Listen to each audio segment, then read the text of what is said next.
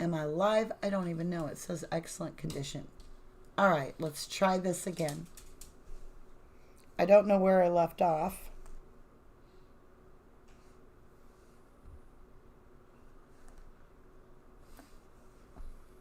Okay, hopefully you guys will be able to find me and we'll catch up. Now I got to figure out where we left off.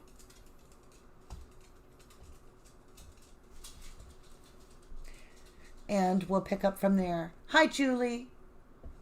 Hi, Cheshire. You guys, I need to find out where we left, like when. Hi, Bramble. I know, right? It's like only messing with us when we're reading this stuff. Like I do recordings and lives all the time on the other channel on 1111. Never have a problem. We have a big deal with Zellner and this huge worldwide news case. And I'm getting kicked off a live stream. So, pushing the rab down the road. Okay, let me get on to that. Thank you guys. Let's try again. Okay. So we need to go back. 2222, pushing the rab down the road. Oh my Lanta. All right, we're going to read this paragraph over, and I apologize. YouTube kicked us. Here we go. Prior to delivering newspapers, please don't kick us off again. Hey, Ronald. Okay, left off at number 3, she says. Oh, good. At trial. Number 3. At trial, Bobby testified that he observed Mrs. Halbach's vehicle pull up in his driveway at 2:30 p.m. on October 31st, 2005. Bobby then observed Mrs. Halbach exit her vehicle and start taking pictures of his mom's maroon van right in front of his trailer. Bobby testified that he then observed Ms. Halbach walking towards the door of Mr. Avery's trailer. The following exchange occurred between Prosecutor Kratz and Bobby. Question: after seeing this woman walking toward your Uncle Stephen's trailer, did you ever see this woman again? Answer: no. Number 4. Bobby then testified that he took a 3 or 4 minute shower and then left his trailer to go hunting. Bobby walked to his Chevy Blazer, which was parked between the trailer and the garage. Bobby testified that as he walked to his vehicle, he observed Miss Halbach's vehicle still parked in the driveway. Bobby further testified that he did not see Mrs. Halbach or any sign of her. Bobby testified that when he returned to his trailer around 5-ish, Mrs. Halbach's vehicle was gone. Number 5. During his closing argument, Prosecutor Kratz once again emphasized the importance of Bobby's testimony and vouched for his credibility. We talked more about the timeline, and we heard from Bobby Dassey again in the same kind of position to be. His credibility to be weighed on you or by you, but is an eyewitness. Again, an eyewitness without any bias. It is an individual that deserves to be given a lot of credit, because sometime between 2:30 and 2:45, he sees Teresa Halbach. He sees her take photographs. He sees her finishing the photo shoot. And he sees her walking towards Uncle Stephen's trailer. I'm going to go stop the cat from tearing up the food bag. I'll be right back. Rick, are you wanting your kitty food? Yes, he's smart, but I can't even hear over him trying to get the food. Come on, Rick. Here you go. I'm in the middle of a live. I'm sorry, sweetheart. You'll tell me later. All right, you guys. Sorry about that. I am so sorry. Here we go. Number 6. To establish a Brady violation, a defendant must demonstrate that 1, the prosecution suppressed evidence, 2, the evidence was favorable to the defense, and 3, the evidence was material to an issue at trial. State versus Harris, 2004, and it says, this court reviews de novo whether the facts of a case establish a Brady violation. State versus Roquette, 2006, and a whole bunch of others. And it says there can be a due process violation irrespective of the good faith or bad faith of the prosecution. The prosecution's duty to disclose evidence favorable to the accused includes the duty to disclose impeachment evidence as well as exculpatory evidence. Number 7. The state suppressed the evidence of Mr. Sawinski's report to the Manitowoc Sheriff's Office that he had witnessed Bobby and another individual in possession of and moving Miss Halbach's vehicle onto the Avery salvage yard after Miss Halbach's disappearance and prior to her vehicle's discovery. The suppressed evidence from Mr. Sawinski was favorable to the defense and material to the pivotal issue in trial because it would have, 1, destroyed entirely the credibility of Bobby as the state's primary witness. Number 2, established that Bobby was directly involved in the murder of Miss Halbach. And 3, established that Bobby planted evidence to frame his uncle, Mr. Avery. Number 8, in Kyles versus Whitley, 514 U.S., the court noted, the question is not whether the defendant would more likely than not have received a different verdict with the evidence, but whether, in its absence, he received a fair trial. Understood as a trial resulting in a verdict worthy of confidence. A, quote, reasonable probability is lower than a ponderance of evidence standard. It is demonstrated where the defense shows that the failure undermined confidence in the conviction. Youngblood versus West Virginia. Number 9. In the absence of the suppressed evidence presented in Mr. Sawinski's affidavit, Mr. Avery did not receive a fair trial. Mr. Avery had a constitutionally guaranteed right to present and complete defense to the charges against him. Mr. Avery was deprived of his constitutional right to present a complete defense because of this Brady violation committed by the state. Number 10. Additionally, the Sawinski affidavit greatly strengthens Mr. Avery's third-party Denny claim because the Sawinski affidavit directly connects Bobby to the crime charged. See State versus Denny, 120, Wisconsin. You bet. Conclusion. Wherefore, undersigned counsel respectfully requests that this court enter an order staying this appeal and remanding the cause to the circuit court to permit Mr. Avery to pursue a supplemental post-conviction motion in connection with Mr. Avery's discovery of previously suppressed evidence by the state, dated this 12th day of April 2021. Yes! Okay, now we're going to sneak down here. We're going to get into the affidavit. Of course, it's a certificate of services followed, signed by Lynn Zigmund, Manitowoc County DA's office, Miss Tiffany M. Winter, and Lisa E.F. Comfer, and of course, Kathleen Zellner. Here we go. So let me see. I am residing in Manitowoc. Okay, here is the actual affidavit. Number 1, I am of legal majority and can truthfully and competently testify to the matters contained herein based on my personal knowledge. The factual statements herein are true and correct to the best of my knowledge, information, and belief. I am of sound mind, and I am not taking any medication, nor have I ingested any alcohol that would impair my memory of the facts stated in this affidavit. Number 2, I reside in Manitowoc, Wisconsin for over 20 years.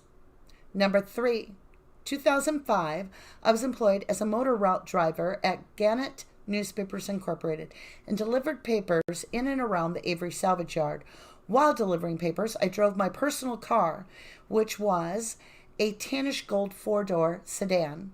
I cannot recall the make and model of the car at this time. On Saturday, November 5th, 2005, I was delivering papers on the Avery salvage yard in the early morning hours before sunrise. I drove down Highway 147 and turned left onto Avery Road.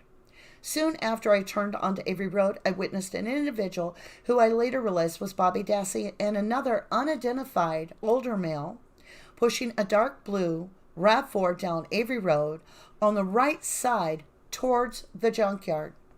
Bobby Dassey was shirtless.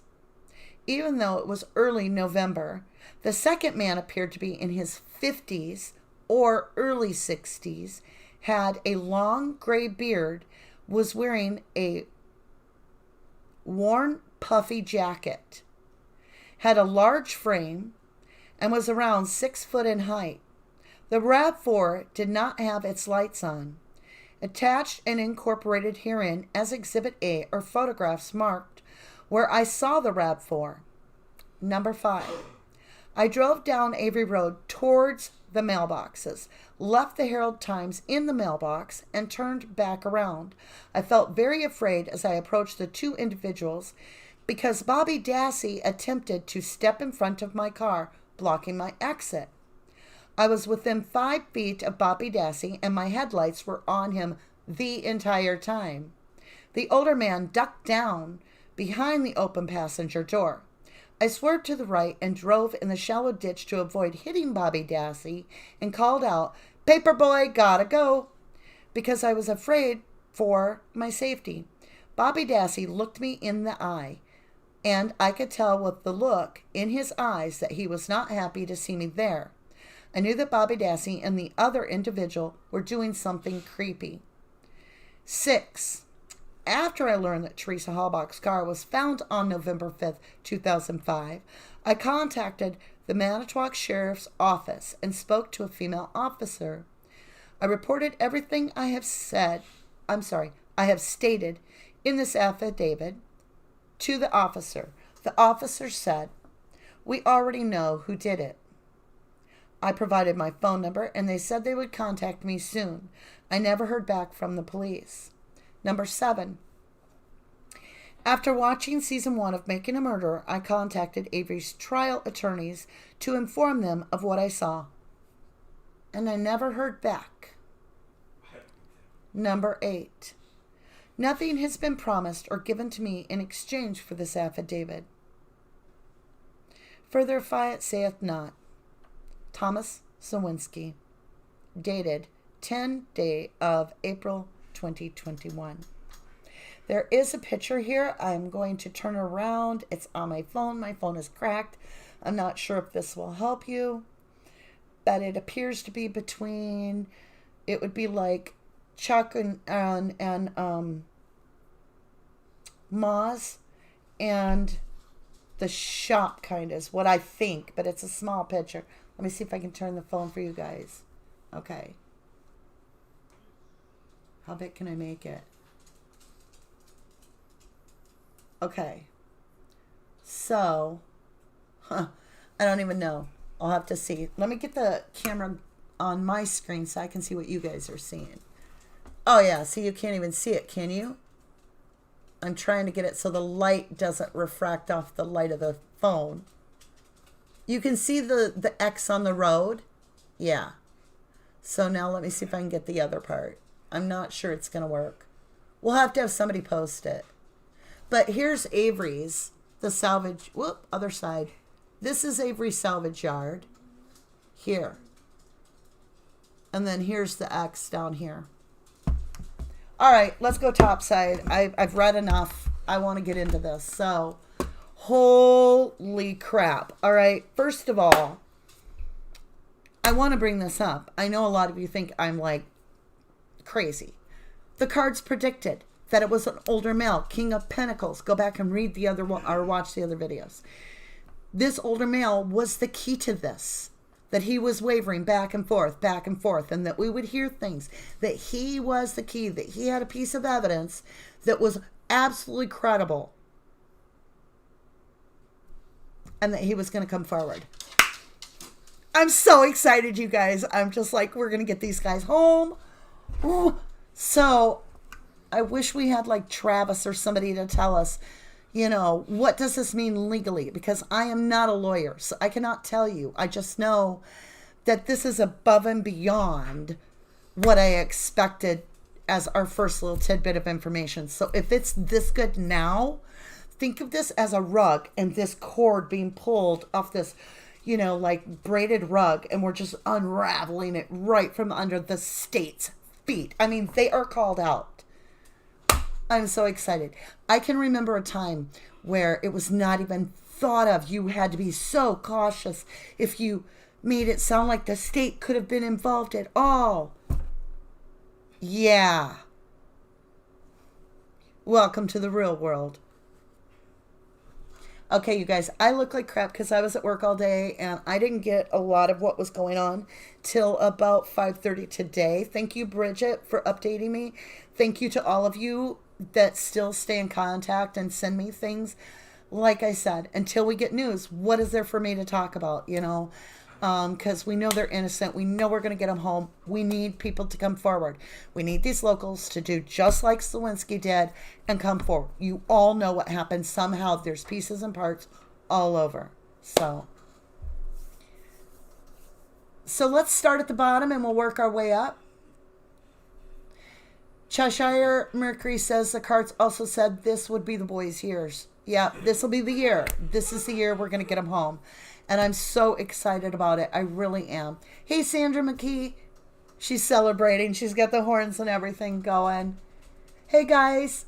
That's I Am Rose. And then we have Michelle P. Thank you. I wouldn't have known had you not done this live. Aw. I haven't stopped supporting you guys or Stephen or Brendan. I realized I wasn't saying anything on the other channel. I started that a few days ago. I knew nothing about this. I started on the 10th. I was like, at the end of every time I do a reading for 11/11, I'm going to get people to go over to, you know, look up anything about Stephen Avery, right? And Brendan Dassey and support him on the wrongful conviction. And then I was looking at this entire affidavit and he literally contacted Zellner on the 10th, it looked like. So I'm like, okay, so we're manifesting it by talking about it again. We're getting this going. I'm just so excited that this is going so well. Now, Hawkeye Seneca says, how about the call made to law enforcement to report the incident? What happened to the recording and the report? Okay, let's talk about this for a second. Think about it. We had, back in 1985, when Stephen went to prison for the rape he did not commit, Peggy herself, or whatever, she called up and she was like, I'm still getting stalked on my phone. Are you sure this is right?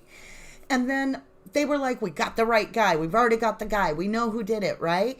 And then that other person that she worked in the office, it had to do with the Brown County call right to Colburn.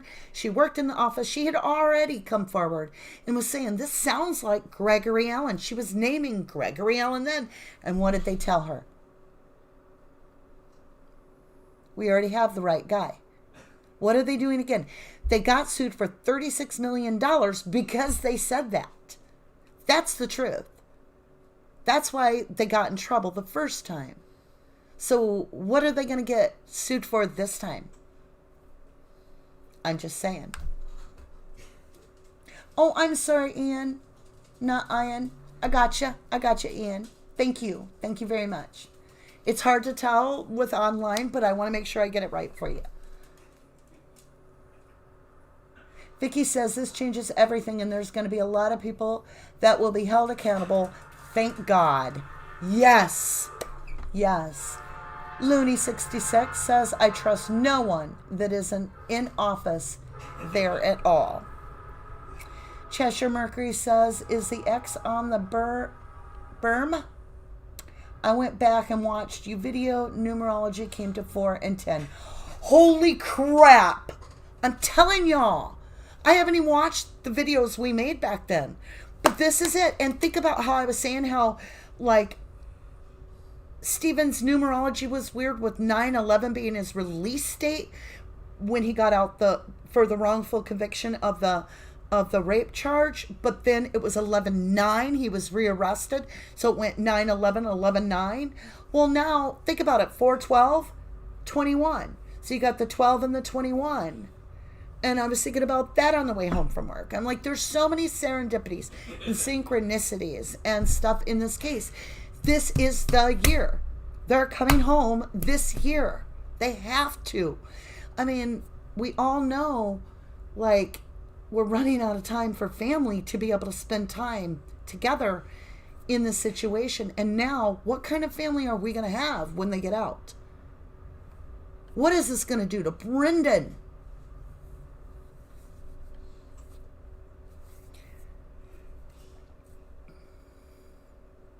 Brambler teaser. So who are we thinking the other guy is? Come on, you guys. I'm going to save my answer till after you guys have put yours out there. I have a couple sneaky suspicions.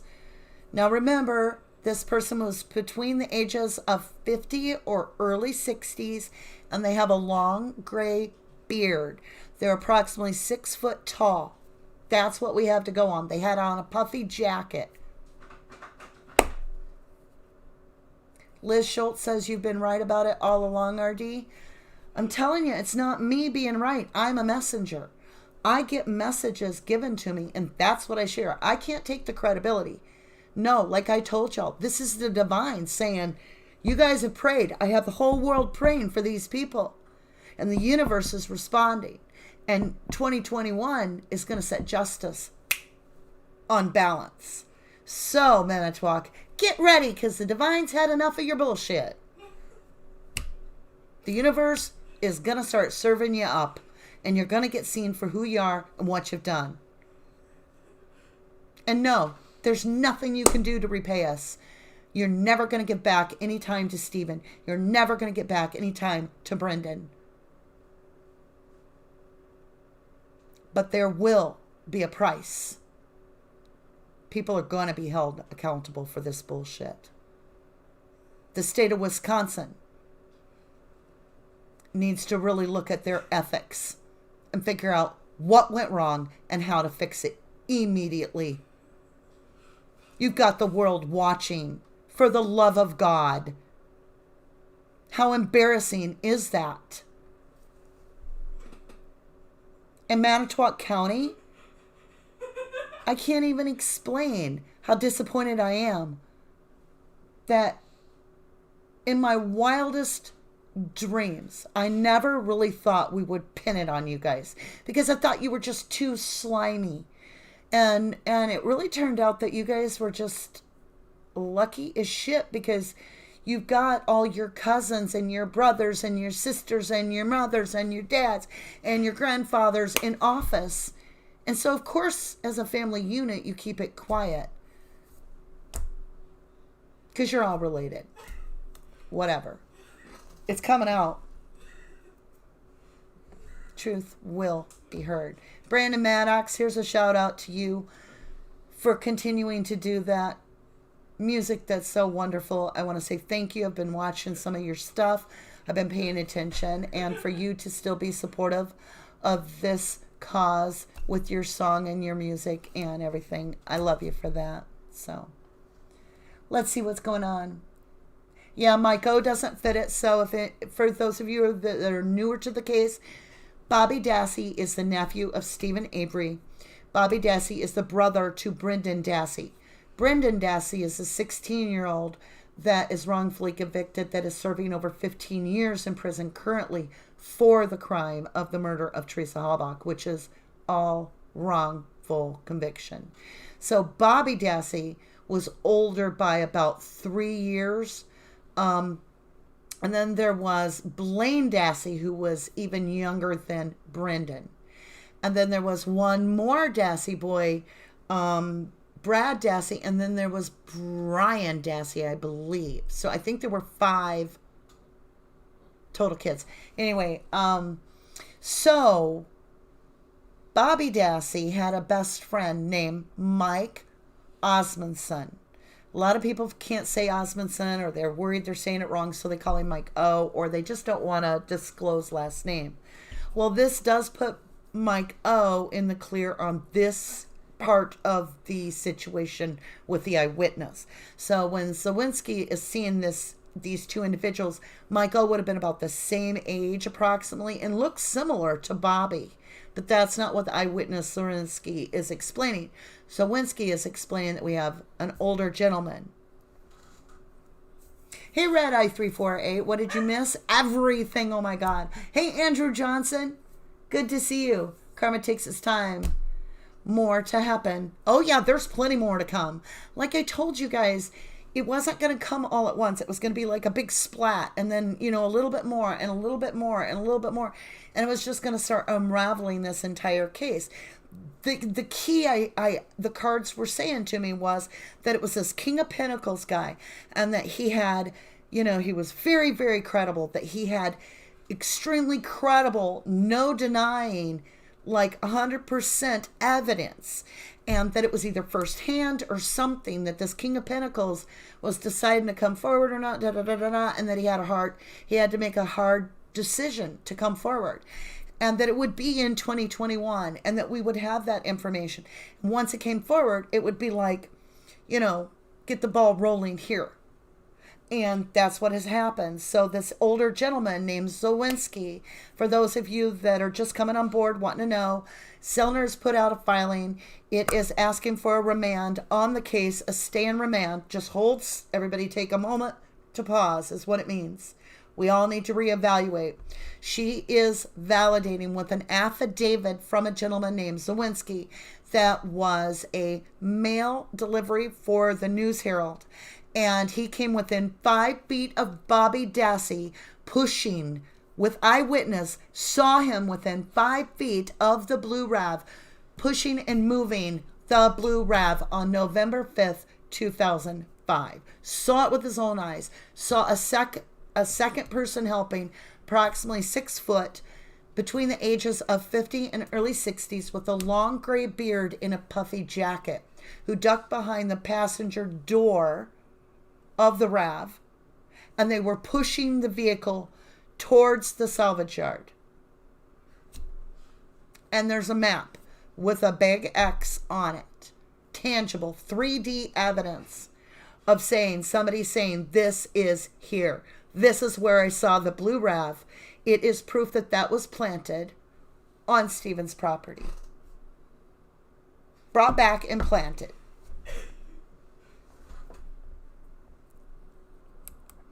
Oops, I clicked the button. Let's see. Yeah, Julie says Chuck is not that tall. When I got my jacket and I met with both of them and they stood with me in picture, and Chuck seemed more like close, because Earl's the little one, right? He was short. The little one was petite. I would say he's about 5'6". The other guy, I would say, is between 5'8", 5'9", maybe. He's the big one. That's Chuck. I don't know. He was clean shaven when I was there, but a guy can grow a beard. I don't know.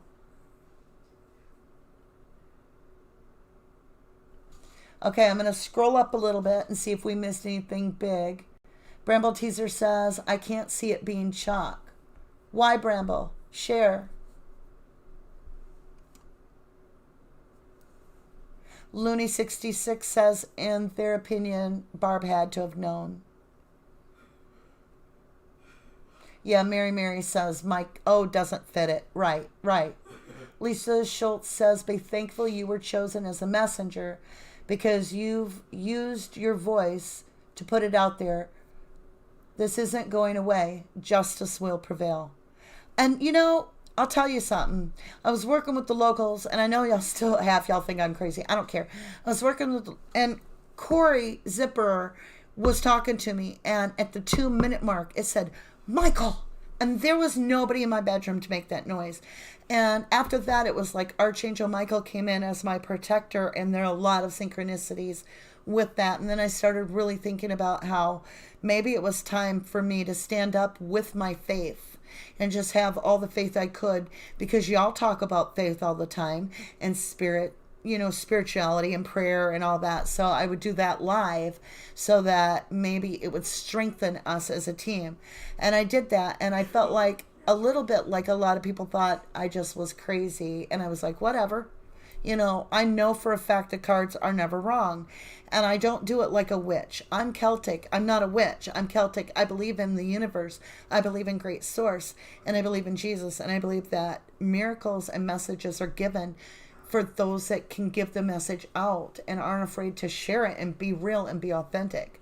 And so I believe there's lots of messengers all the time. Strangers can bring messages. So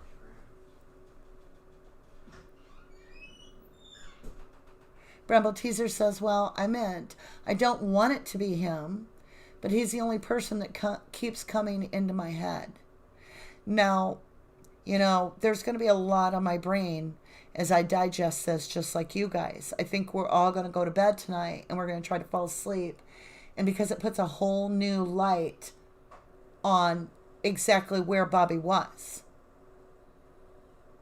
Exactly where Bobby was at an exact point in time on the 5th. Now let's think about this. On November 5th, there was only one other individual on property that stayed behind because everybody else was at Cribbets.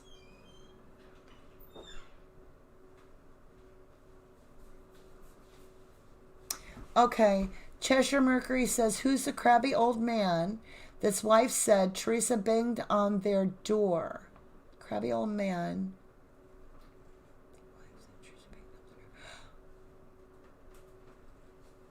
Are you talking about the Zippers, Joelle and Zipper? I'm not sure, Cheshire.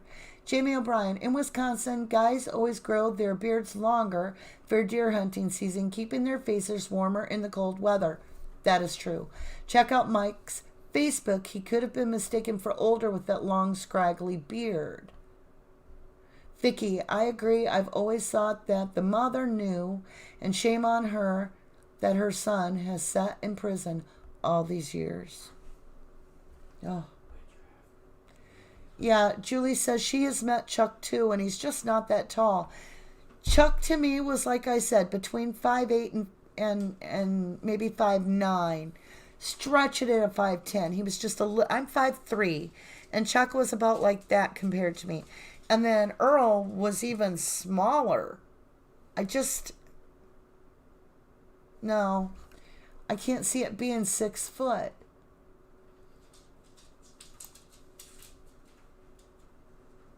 Hey, TTM fangirl, how are you doing?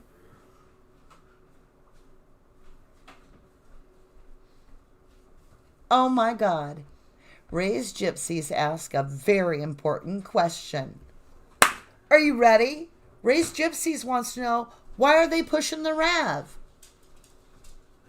They got no keys? Or does the RAV not start? Or is the battery missing?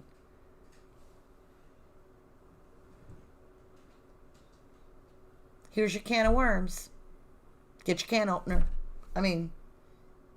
Oh my God. This changes the case. Like it opens every facet up again. Wide open.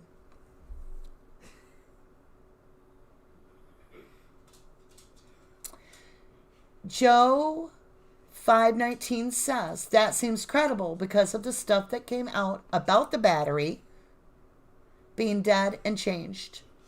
And remember, it matches the same type of battery as a Crown Victoria.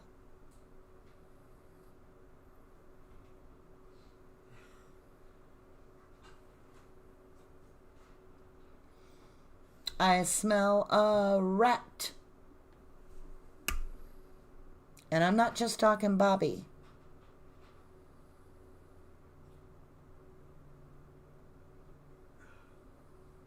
So I have a question. I'm just going to throw it out there because I'm not here to impress anybody. I'm just like you. You're sitting at home. I'm sitting at home. Let's just talk. Don't get defensive, but we're going to talk about something. That Rev was green. The mother said so. A mother knows her own car, her own daughter's car. The damn car is green. It's green to a certain point, and then it turns blue when Bobby opens his mouth. When Bobby opens his mouth in testimony, and when Pam opens her mouth. And we all know Pam Strum, whatever. Okay. So, I'm going to play one side of the coin over here, and then we're going to flip it over here. And this is not necessarily going to help anybody's case right here, what I'm about to say. Or it might blow it wide open. I don't know. But is it possible that the green RAV found on the highway over there, the green one, seen by how many multiple witnesses prior, was actually Teresa's? And she was like shot in the head or something. And the evidence was all right there. And the killer's evidence was all right there. And so the cops went and got a different RAV4 out of Herman's lot. And it didn't have a battery. And so they pushed it because they might have been made to. Blackmailed. Because at that point, they had Bobby by the balls as a suspect, I'm sure, in some way. They'd already been in the house in 2004 and already knew how every one of them kids was going to respond because the car had been burned of barbs. And so full investigations had happened. All children, all adults were interviewed at the Avery property regarding that vehicle, including Steve, everybody. So it was like they were lining up their pawns to figure out who was going to perform what. So does this... It puts Bobby, in my book, hands on planting that RAV. 100%. And it puts him as the dog that he is. Has it locked me in that she's 100% dead? Sorry. I don't know anymore. So let's get over here. I know that wasn't going to set with everybody, but I just wanted to say... It is a possibility. Let's see what we've got up here. Vicky says, oh shit, about to crack off. Was that police agency? Won't be able to surprise if there's 0 money. Okay, I'm going to show it. I don't know why. Because she said shit. YouTube had a problem. I don't know.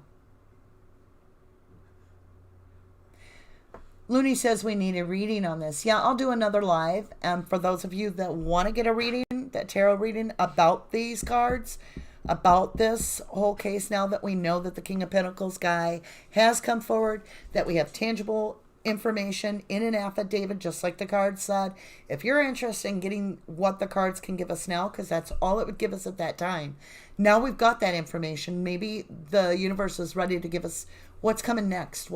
So when we close this off, I'm going to take about a 15-minute break, grab a drink, that kind of stuff, go potty, and then I'll start up another live. That'll be on 1111 Tarot.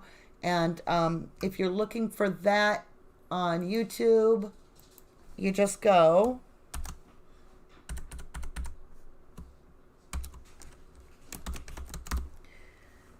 on YouTube search engine. You should get it with that. Okay, let's see what's going on up here. Ian Rose. Ian Rose. Forgive me. Ian, forgive me, I remembered, caught myself, says, what did he say? It's pronounced Ian. Okay. And then, where was it? Oh, yeah. Ian says, yes, Ducky, you always said the locals would change the plan. Yep, and I still believe they will. Sandra McKee says, keep manifesting, everyone. It's working. And it is. As a collective group, we see them already. We've already won the case. They're coming home now. They're celebrating, and we're moving forward. And, we get this case solved, and it's going to change some laws. It's going to change some way. I mean, think of how much the Stephen Avery case has brought wrongful conviction into the spotlight. Like, it's really opened a lot of people's minds to not just assume that a jury of 12 people found them guilty, and so therefore that's the truth.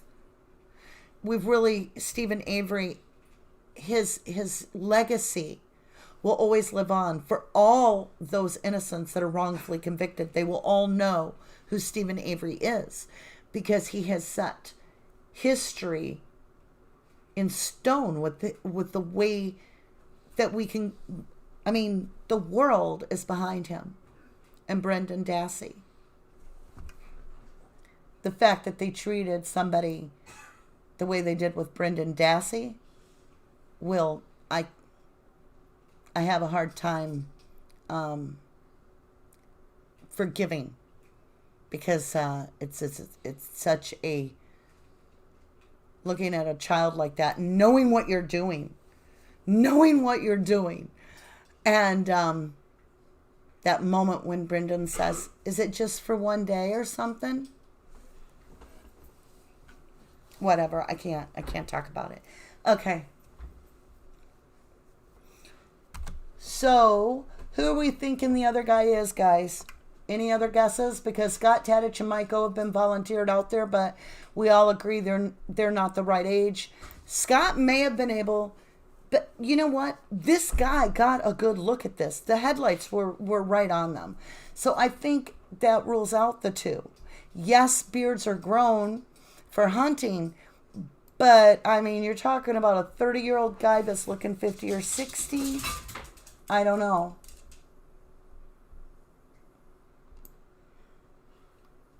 Bernard Phillips says Bobby and Scott, obviously. What do you guys think? Do you think Scott could have had his beard going and looked so old? I mean, think about what he looked back when he was sitting on trial. Well, he wasn't on trial, but I mean, when he's up on that witness stand. He looked older than 30. I don't know how old he was then. Is it Scott? Who had a long gray beard?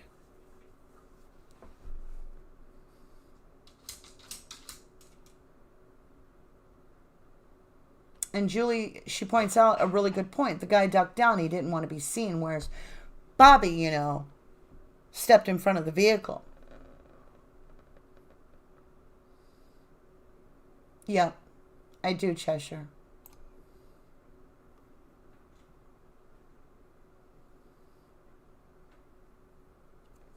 Bernard Phillips said Bobby and Scott are the two who didn't go to Crivets. Okay, I'm talking on the Avery property. Who let Pam Sturm on the Avery salvage yard? Anybody remember?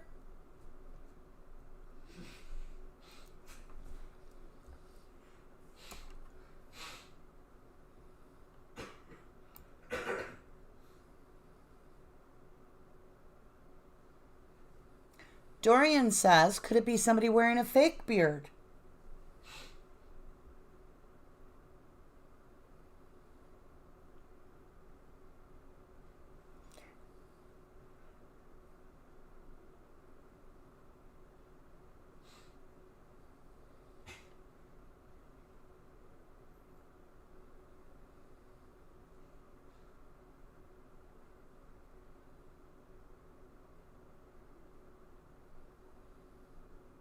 So Earl, okay, when he stood next to me, he is almost a foot taller than me, and I am 5'3".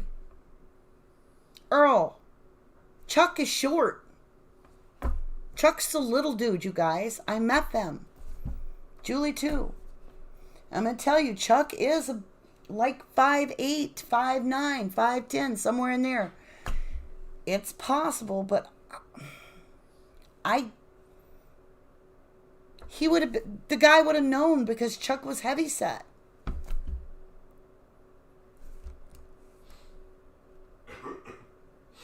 It couldn't be to me. Maybe you guys think it's Chuck, but I agree with Julie. He doesn't look like he would fit he certainly wouldn't look no 50 or 60. There's no way.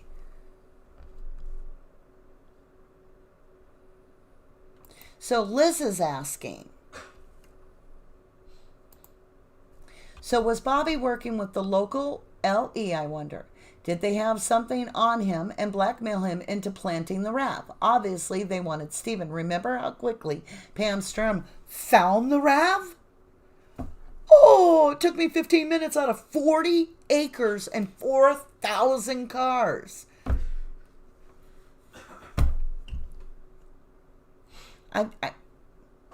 So I've always said kind of the same thing. If there is 4,000 cars parked in the Walmart parking lot and you don't even know where your car is, you going to find it in 15 minutes? Liz Schultz says, so many damn thoughts run through my head. Me too. This live is sporadic and crazy, but it's because of the situation.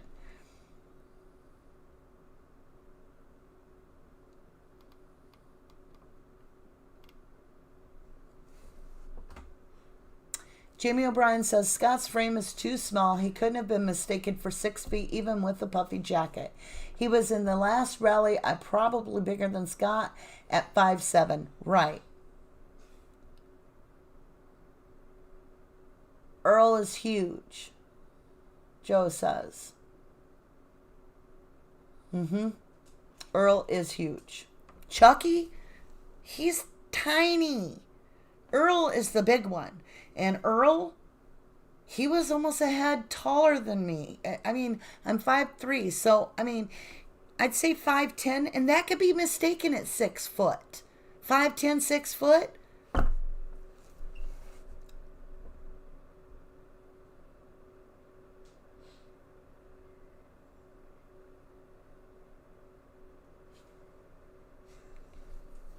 Clam my canine is racist.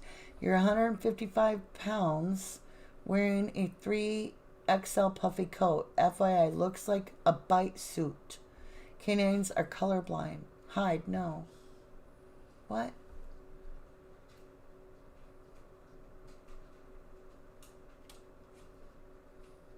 Yes, Earl is the tallest. Cat is right. Cat Triber is right. Earl is the tallest. You guys, Chucky is very thin. Like a very petite individual, and I could see pretty much eye to eye. He was maybe 5'5", maybe 5'6" at the most. Chucky is little. Earl is like, he laid his arm on me and it was heavy. It was like ba-boom.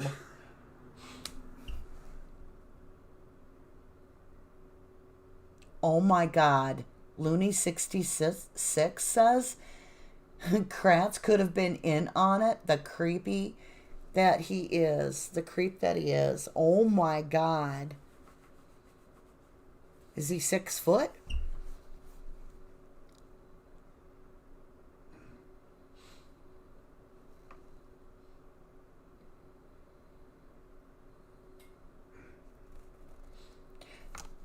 Nomadic Slovak said the spirit was guiding her. Pam.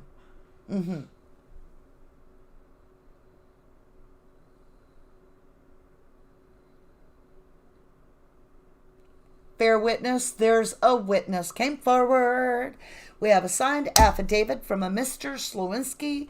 Slowinski was the mail carrier for, I believe, the News Herald, and actually went right past Bobby, pushing the RAV with an unknown 6-foot male, approximately between the age of 50, early 60s, in a puffy jacket. He turned around after delivering the mail on the Avery property, and Bobby stepped out in front of the vehicle. He was the witness was within 5 feet of Bobby with his headlights on Bobby the entire time. Bobby had no shirt on, and Bobby had been pushing the blue RAV vehicle. Witnessed. Brady violation. State suppressing information, evidence.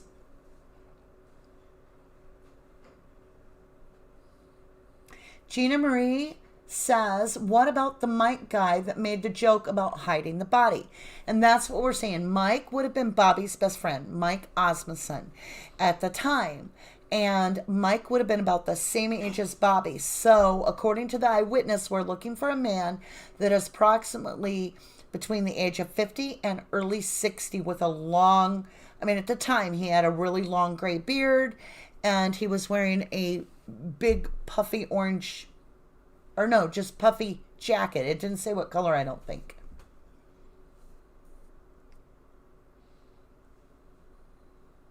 Yeah. Pneumatic wants to know why in the world is Pam one of the few that has the radio? I mean, why did Pam? I think you meant camera, but yeah, Pam had a camera. Maybe she had a radio too. Yes, yes. Oh my God. Okay, you guys, my eyeballs are floating. So, I'm going to have to take a potty break. We can either cut this live and start a new one in about 15 minutes, or we can come back and talk some more. I mean, there's a lot to talk about. So if you want to take like, how about a 10-minute break? I don't know. Should I throw up some music or let you guys talk or what? Cheshire Mercury says, with a puppy jacket on and ducking, I think she... What about Hillegas with a fake beard?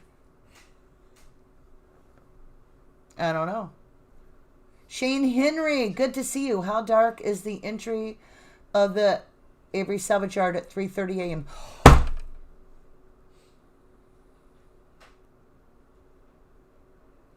Oh my God. 3:30 a.m. The body was burned after 3 a.m. Friday morning, the 4th. Then they did the car the 5th. I bet you that Sikiko. Oh my God. I gotta pee. I can't keep talking like this. It's like every time I read something, I get excited and then I'm like, oh, I'm gonna pee my pants. I don't like Hillegas. I still don't like Hillegas. Yeah, I agree, Fair. I agree. Smash the like button for Rubberducky. Yay! All right, guys, I'll be right back. I'm going to take 5 minutes. I'm going to get a drink, all that. And then we'll come back and we'll chat it up. I'll get some lights on because it's getting dark in here. And, yeah, I can't even mute my mic that I know how. I can unplug it. Okay. I'll be right back, guys. Let's see, what one's the mic?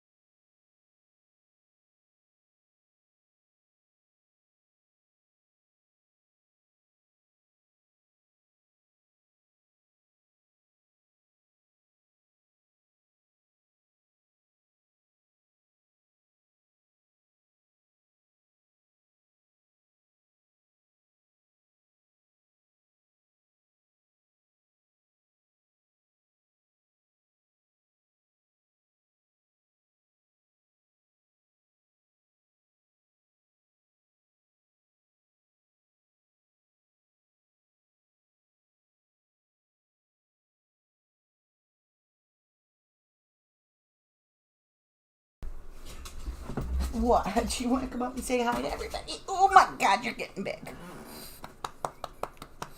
Say hi, everybody. Say hi. Yeah, you want your belly scratched, don't you? This is Maya. She just wants to say hi. She missed me because I came home from work and jumped online and didn't spend a minute with her. And she's like, Mom. Okay, Maya. Mama, do it later. Okay, guys, what you got for me? Okay. I know that sticky note has to be important now, for sure.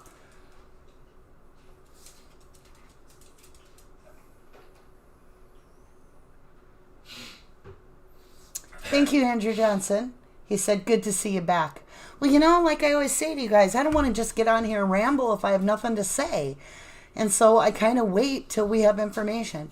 For those of you that want to do a reading on this case, we're going to be doing it after this. We'll start a whole new live for that. We'll be doing it over on 1111 Tarot. So I'm going to make sure that I have about a half hour in between so I can get my kids fed. Could it be a cop? Ann Thompson. It could be. There's no reason it couldn't have been a cop. Shane Henry. I bet Barbara is talking with Bobby saying, don't worry, I will protect you.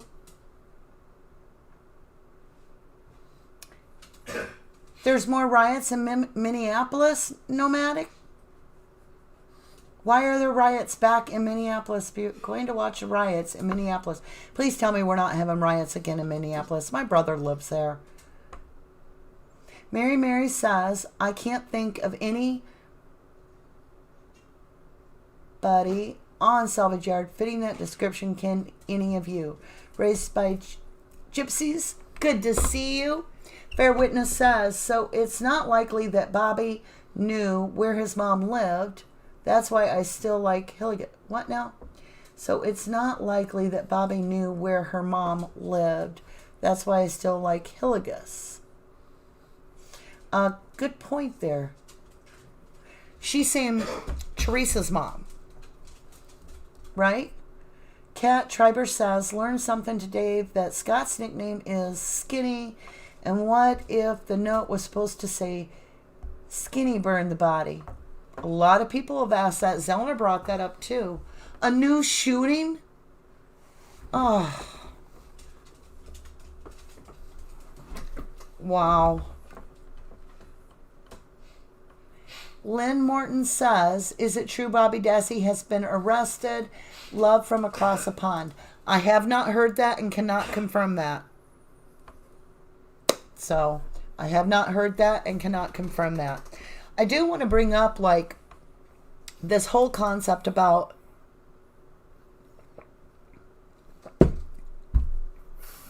we have all the witnesses that came forward about the green RAV4, right? Aww. I love you, Fair Witness. Fair Witness just donated $20. Thank you, love. I appreciate it. She lives, or they say that they live in St. Paul. I send my healing energy. My brother lives in Minneapolis. I hope he's okay. I'm sending energy of nothing but love and kindness and patience to all of you. For real.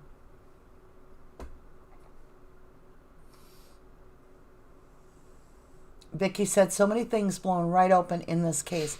And there's going to be a lot more because I believe the cards. They're just not wrong.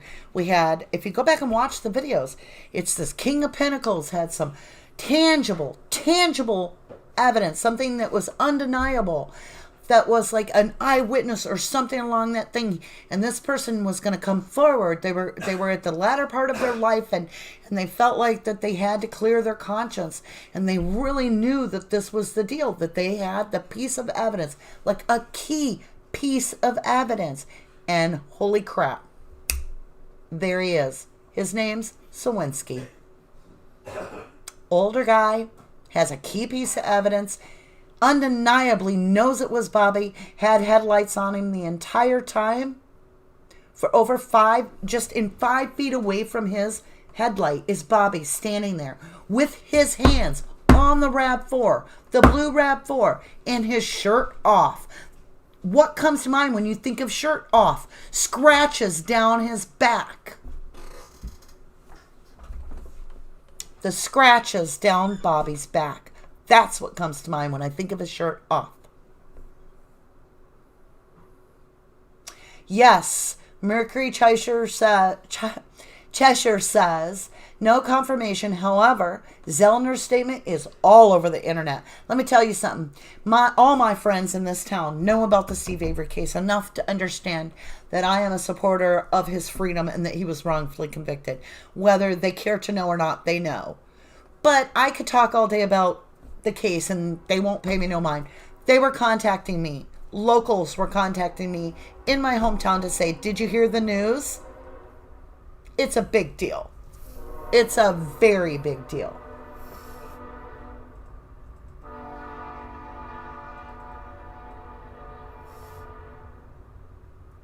Yeah, Mercury says, a puppy did that my ass. Exactly. Even the experts disagreed that could not be a puppy.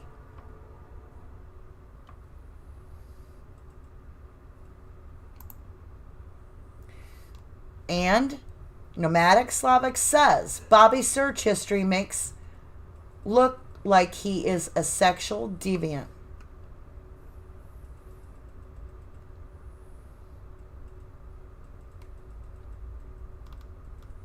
Yeah.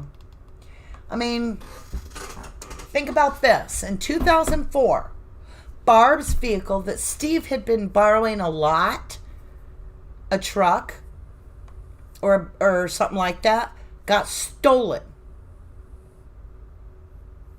In 2004, a year before Teresa's even heard of, right?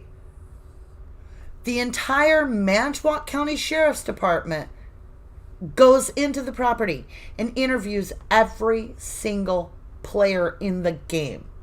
They interviewed Bobby, they interviewed Brendan, they interviewed Brian, they interviewed everybody on that location. They knew how everybody was going to work, how the family dynamics worked. And it was almost like a test run for this damn thing. Marilyn Nolan, good to see you. Long time no see. I am well. I'm doing fantastic. Yeah, Nomadic points out, these on Bobby Dassey's computer were not your normal basic porn searches. They were of disturbed, dead girls and different ways to kill them. And as if that's not bad enough, on Bobby Dassey's computer is a file made out with Teresa Halbach's name and Steve name and DNA.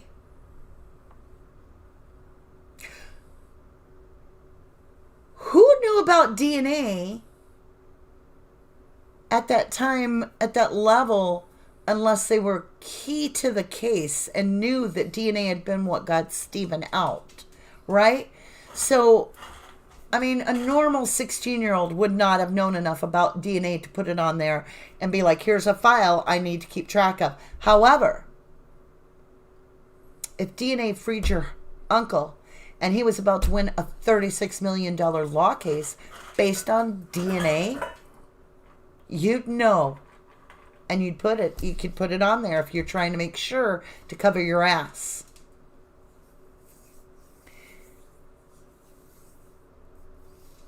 Fair Witness says, I didn't see any pics of Bobby's back. There is some pictures in a video I do. You can look at it. If you go on to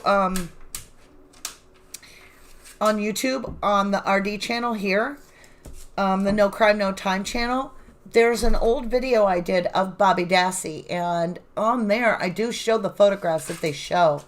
And the experts even recently, in some of Zellner's briefs, I think I'm buffering. Some of Zellner's briefs expressed that even experts were saying that they did not feel that that could be interpreted as canine marks, let alone a puppy. I gotta let a puppy out to go potty. Here you go, honey. So,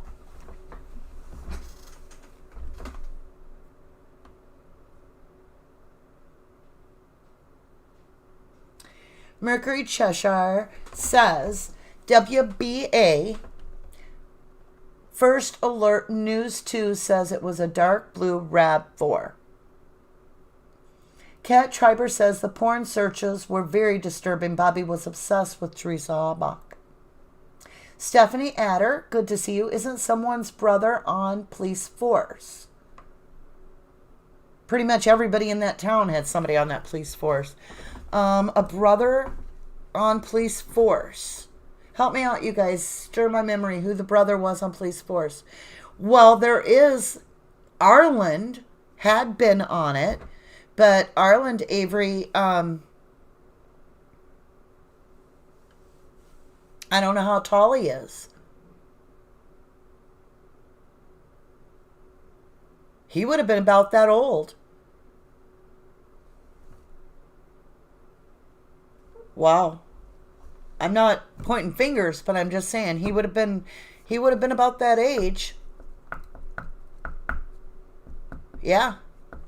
Because he had just retired. And it's interesting because when they were searching the office at the Stephen Avery's salvage yard there, they were searching the office where the brothers all worked. And the police, LE, law enforcement, confiscated a Green Bay badge, police badge, and another badge, and 2 handguns out of the office desk, which I always assumed would have belonged to Arland Avery, who was on the police force. Now, there's a lot of history with Arland Avery, because Arland Avery really actually ran against, or supported, I should say, supported Joseph Sakawati, and also someone else running against the sheriff, that Peterson. So that's when Arland Avery kind of got the Hatfield and the McCoy going on, because all of a sudden Arland Avery isn't supporting Peterson for the win, but a completely different dude for chief of police, for the sheriff position. And then Joseph Sakawati's daughter was found in county gravel pit. I believe it was Redance, and she had been killed. And then later, Carmen Botwell was found on the 3rd of November in her apartment, and within an hour or so, a couple hours, Teresa Halbach is reported dead. And then we track it back, and we're like, wait a minute, are you telling me that Teresa Halbach goes up, announced that she's missing on the 3rd of November, within hours of somebody that's exactly her height, her exact weight, same type of hair, even though they didn't look alike. And some people say they weren't related, but they were on their father's side, not maternal, on their father through marriage only. She is related to she would have been the aunt, Deb Sakawati, that was the one found dead in the gravel pit. And that's Joseph Sakawati's daughter, who was running against this Baines, or I can't remember his name. He was running against someone. Waynish. That was the name. Waynish and Peterson. Now, Peterson's the one that was after Stephen the whole time. But yeah, when Arland Avery decided on the force to support Waynish and not Peterson, I believe that's when the Hatfield and McCoy's problems started with the Averys. Because it was almost like that's where all of a sudden there's this huge disconnect in society, almost like the Averys are then segregated. And after that, there's all these police problems and all this stuff and all this history. Whereas before, they were actually known to be on the police force and respected, and then it all went to hell in a handbag.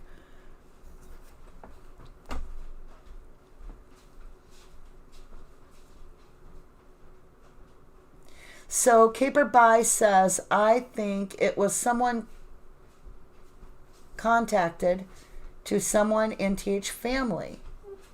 Could be. Brent Gold, how are you? It is just me, or does Ryan Killigus?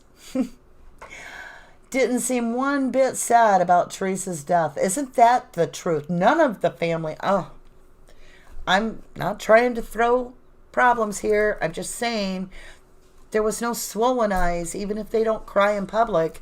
I'm not trying to, but it's very hard not to judge a family that doesn't even have any redness to their eyes, and they're sitting in court listening to how their family member was cut into all these pieces and stabbed and shot and choked and raped and mutilized. And yet they're just like watching a movie like it's just happening.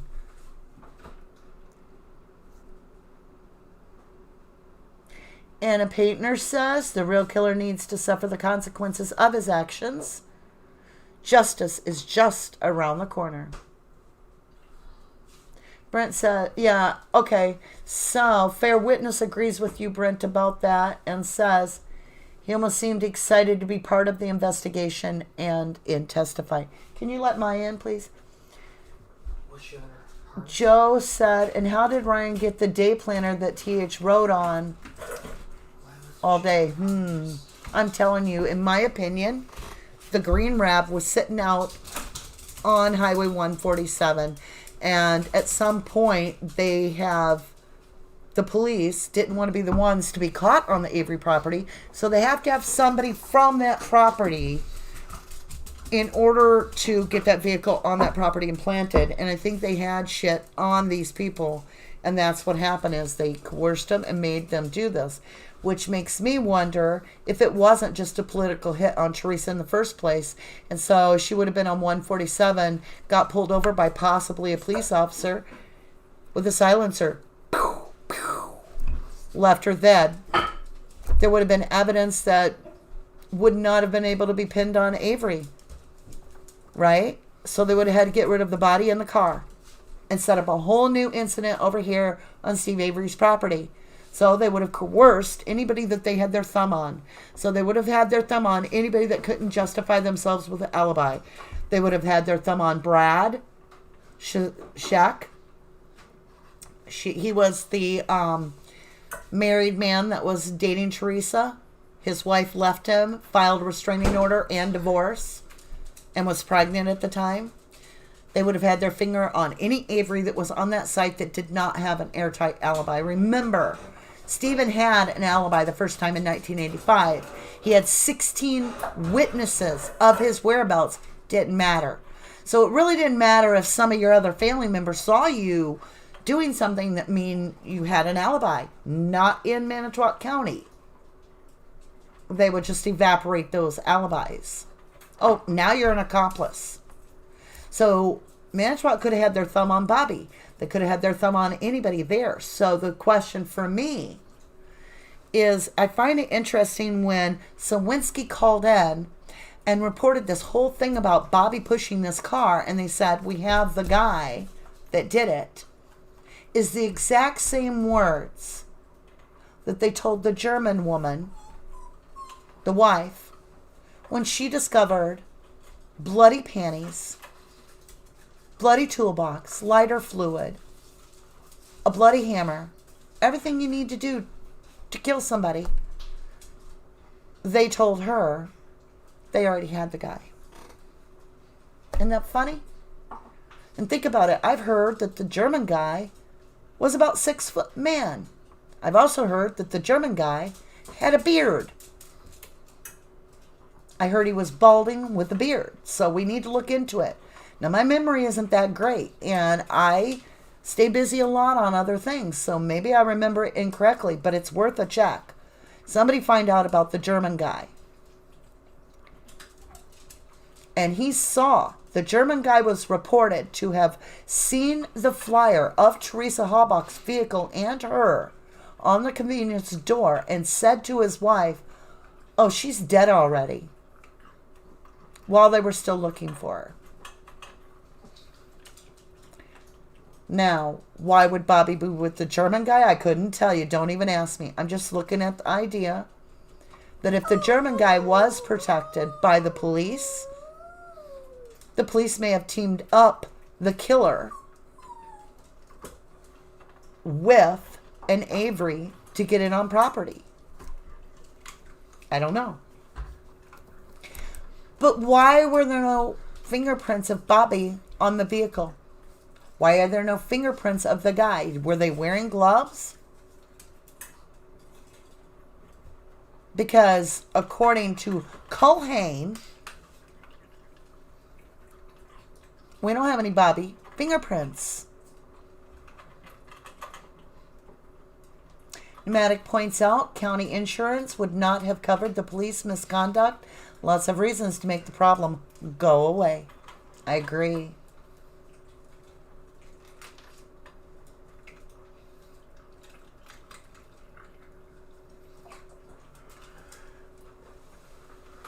Brandon Bender, where are you?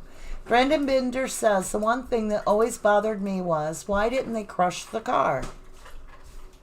They would have never found the RAV4 if it would have been crushed and buried, except to frame Stephen.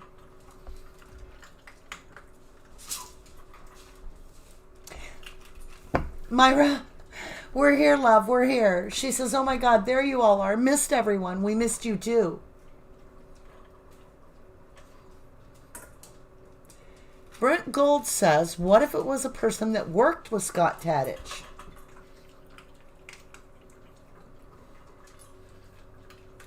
Who's Schleck Mercury? Killigas head scratches too. Good point.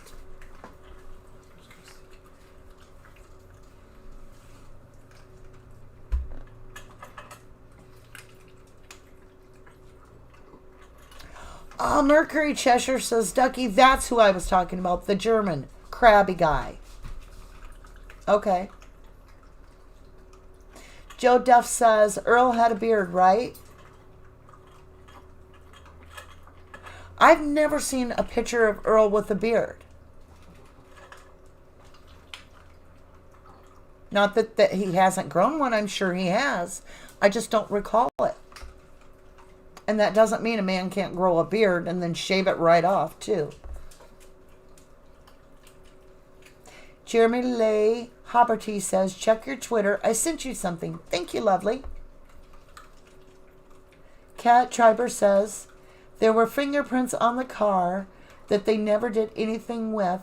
Could those be linked to Bobby? What if the bloody, what was it, 8029? The bloody handprint on the RAV cargo door? Whose is that? Is that Bobby's?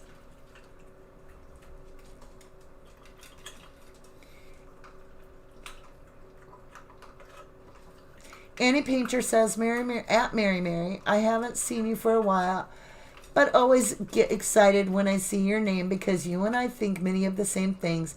Are you studying the Watts case by any chance? If not, and then she goes on to say something else. Shane Henry says, Barb said the same thing on the computer. Could have been put on her computer by the cops when they took it in. Yet Barb told the cops in 2017 Bobby couldn't have put that in the computer. Well, he very well could have put that in the computer. Jeremy Leigh Hobberty points out Scotty could grow a beard too. And it is going to be deer season soon. Especially like if you're bow hunting and it's getting cold out, men will do that to keep their face warm too. And it was bow season during that time. Brent Gold says, what if the same guy who wrote the note, the Sikiki note, was the one who helped Bobby? Oh, OMG. I gotta digest that.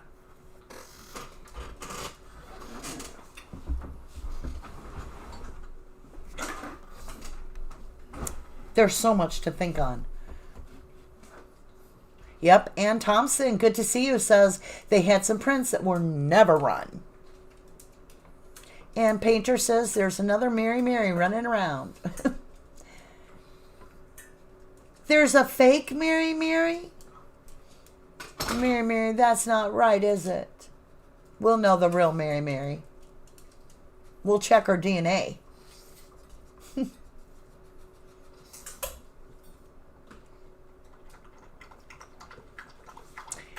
Lynn, what are you talking about? You said, I read that somewhere too, and he was known to the police X.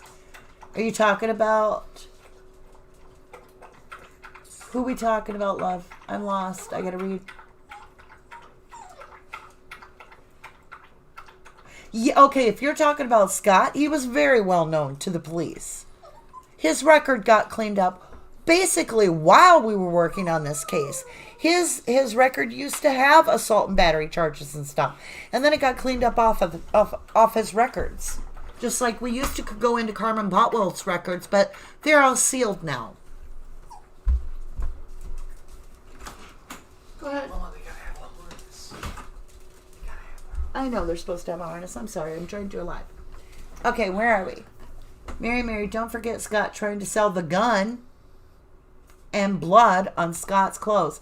Now, let's back up because it wasn't blood on Scott's clothes. I'll back up just so we say it right, Mary, for the new people. So, Scott Tadich is Barb Tadich's husband, but at the time they were just dating. So it was still Barb Dassey, which is Steve's sister, Bobby's mother. She started dating there was family members, children that young adults that were her children that confirmed that Scott and her started seeing each other much earlier than let on. And she was still seeing the cousin to Scott, Tom. Okay? Tom Tadich and Scott Tadich are cousins. And she is getting a divorce with Tom Tadich.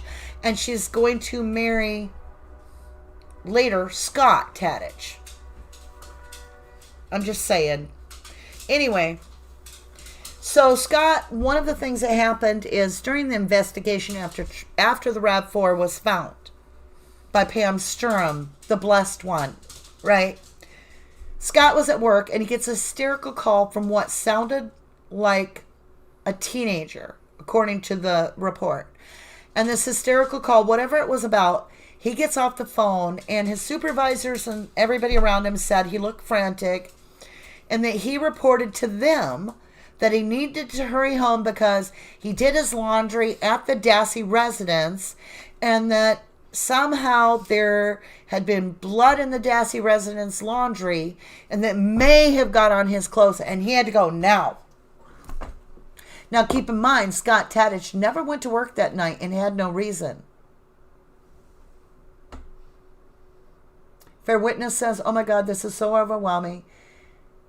Can you get happiness, anxiety? Sheesh. Bobby Dassey's caught. Thank you, Mercury. She said, slap your DNA on the like button. Keep our channel open. Zapata Boxing says, hi, Rubberducky. Can my friend Barry McCockner get a shout out? He's a big fan. I hope I said it right. Is it McCokinner? Barry McCokinner. Thank you so much for watching. Lynn Morton says, the German man, X. Ian Rose says, Tom Yanda. That's right, Tom Yanda. Good job. Yeah, my memory isn't as great as it used to be when I get away from the case. Ian Rose reminded me it was not Tom Tadich. I misspoke. It was Tom Yanda. He is cousins with Scott Tadich. So that part was right. It just, his name was Tom Yanda. Very good catch, love. Very good catch. Lynn Morton says, at Annie Painter. So I'm going to go back up. Okay, says, I think he means if Stephen had killed her, he could have crushed the car. No evidence. Yeah. I mean, the only person that wouldn't have crushed the car is somebody that was trying to frame Stephen, right? Oh, I got my dog barking. Hold on. Let me get her. Go by. Go by. Go by. Richie, snack time. Come on, baby. Can be outside barking at neighbors. Come on.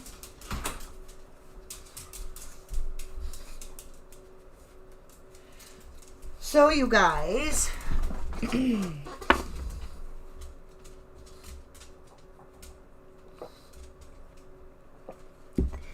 Brent Gold has another great question. How would the guy know if there was a body burned in the smelter if he wasn't involved?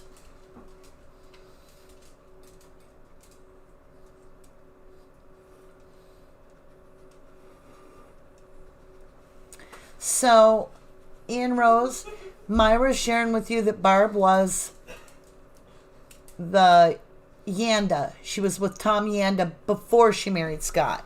I think that's what she's saying.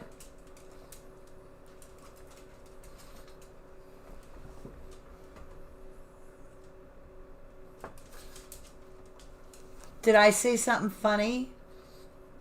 Zapata boxing. Very. Oh, you played a joke on me? Well, I fell for it. I thought you really had a friend and I was trying to be nice. I thought only children did that stuff. Yeah.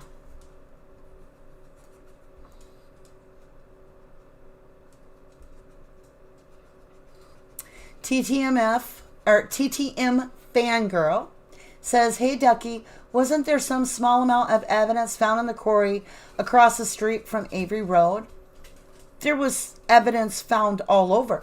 What was interesting is, if you go back, and I know that the Castle report is all screwy and all that, and the dates are all screwy, but it's so strange because they state on the November 12th, they state that they found their first and last bone. Their first and last bone. So how could they have found all these bones on the 8th and so forth if it very confusing. But Dan 1, no worries, love. You can be late. You can rewind it later. Says, what did the eyewitness see? All right, I don't mind repeating it. The eyewitness was a newspaper carrier for, I believe, News Herald, and was going through on November 5th, 2005, around 3:30 in the morning to put the newspapers in, when he comes along on the Avery Salvage Road with Bobby Dassey, hands on the blue RAV4, pushing it with another individual. Bobby has no shirt on. There's another individual. The guy passes, the witness passes them, delivers the mail, and on his return, coming back, Bobby Dassey steps in front of the vehicle and is within 5 feet of the headlights. The entire time on headlights, Sawinski sees it is indeed and has signed the affidavit, no questions asked. It is Bobby Dassey. And the eyewitness ducks behind, I'm sorry, not the eyewitness, the accomplice ducks behind the passenger door. Before he ducks, Sawinski says that the man is around 6 foot tall, between the ages of 50 and early 60, and has a long gray beard and a puffy jacket on. I kid you not. Bobby Dassey, seen caught red-handed, pushing the blue RAV4 with his hands on the vehicle. Yeah, Sherry Colhan. Couldn't come up with that in your little lab testing? Boy. Good thing you volunteered to do all of Stephen Avery's evidence testing in both the 1985 case and in the 2005 case. Right, Sherry? Because you did such a damn good job of putting an innocent man behind bars for basically his whole adult life. And now we know, without a question of a doubt, Bobby's prints had to be on that blue RAV4, and there's also another individual's handprints on that blue RAV4.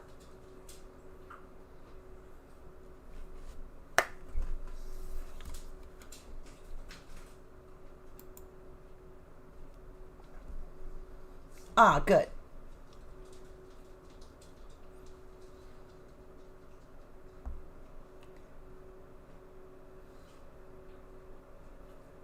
Fair Witness says, wait, what smelter? I lost that thread. Sorry, guys.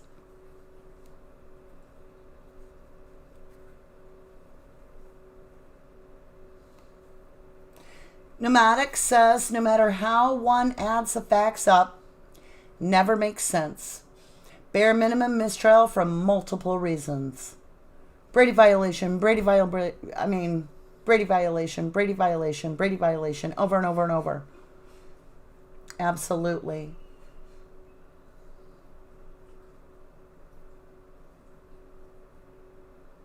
I agree with you, Dina Knight. Dina says that's the handprints that were on the back glass. She means of the RAV, or he means of the RAV, that never got tested. I'll bet you money.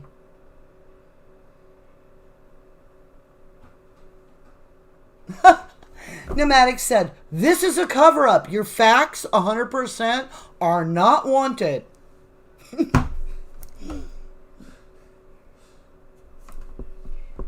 Yeah. Who is this dude? 6 foot with a beard.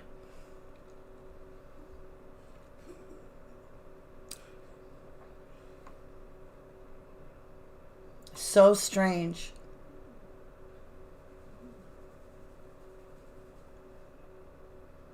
CRP says, who had a long gray beard? Bethany Marcy pointed out, hey, Bethany, good to see you. Sounds like Earl, and he loves to hide. Think about it. On the 5th, you guys, who was on the Avery property on the 5th? Who? Bobby Dassey, we know. And who didn't go to Cribbets? It left one person, you guys. Earl. The big dude.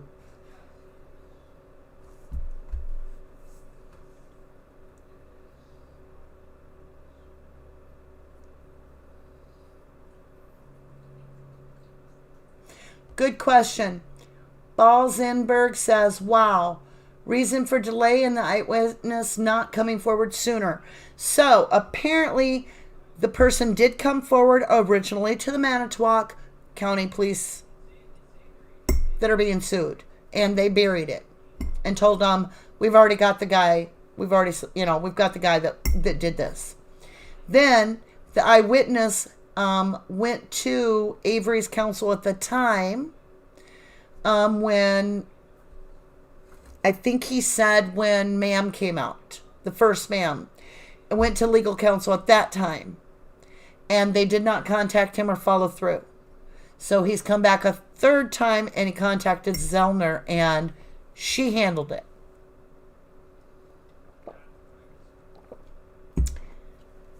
Deanna Knight says, does anyone know how old Bobby's hunting buddy was? Well, who's his hunting buddy but Mike O? Mike O would have been, I believe, almost the same age as Bobby. Jeremy Leigh Hopperty, Scott with the fake beard is most logical thing, with them using each other as an alibi. Amen. Pass the butter. Earl let Pam of God in. You know the whole big puffy coat thing?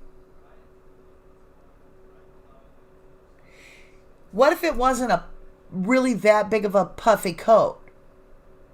Because it's hard to wear, it's hard to tell if somebody's got a big puffy coat on or if they're just really chunky. Earl's chunky. He'd make any coat look fluffy. Caper By says there were 8 different individual prints on that RAV. They couldn't match or wouldn't match. And yes, Mercury, you're right. Earl led Pam of God on there because he was the only one besides Bobby and Scott Tadich that were not in Cribbets. So we've got Scott Tadich, we've got Earl, and Bobby. Now, brought up tonight, isn't it interesting that Scott's trying to sell a gun of the Dassey boys? Now, Bobby's got his hands on the RAV. So which Dassey boy's gun was Scotty boy trying to sell? Bobby's. I don't think we have to be Sherlock to figure that out. We can now know that Scott was trying to sell Bobby Dassey's gun. Now think about this, you guys. What if it is Scott Tadich? Let's go this route, okay? What if Scott Tadich is the one that did the political hit?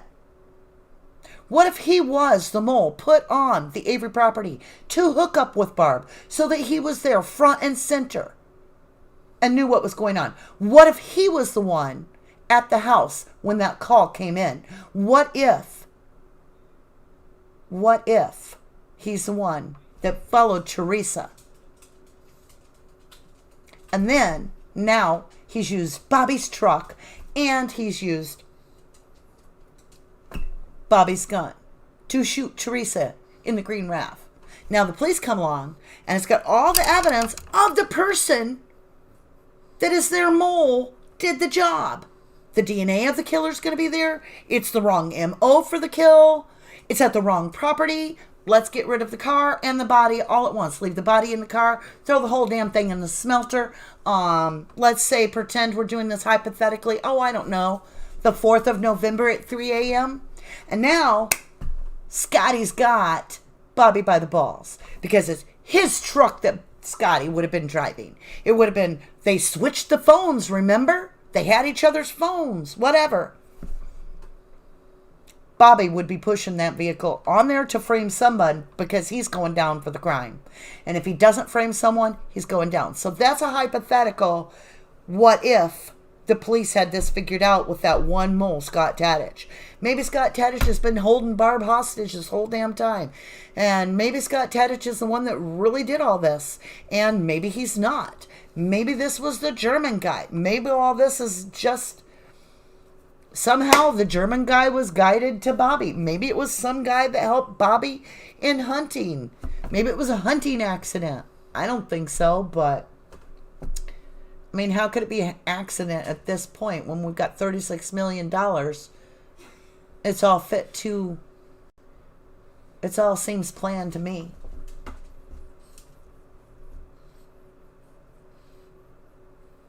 Good point, Annie Painter says. Bobby told Dietering in 2017 he needed protection from KZ. He also said, deep down in my heart, I know I didn't kill her. That's a very strange denial. That is so strange to say. Deep down in my heart, I know I didn't kill her. Was he there when she was being killed and he had part of it? So the last blow, he wasn't sure if it was him or the other person. I mean, that doesn't make sense. Why say that, right? Very, very good point, Annie. Why be the kid? Good to see you. What about those scratches on BD's back? Bobby Dassey's back. Yeah, they weren't no puppy if you ask me. Experts didn't even think it was a puppy.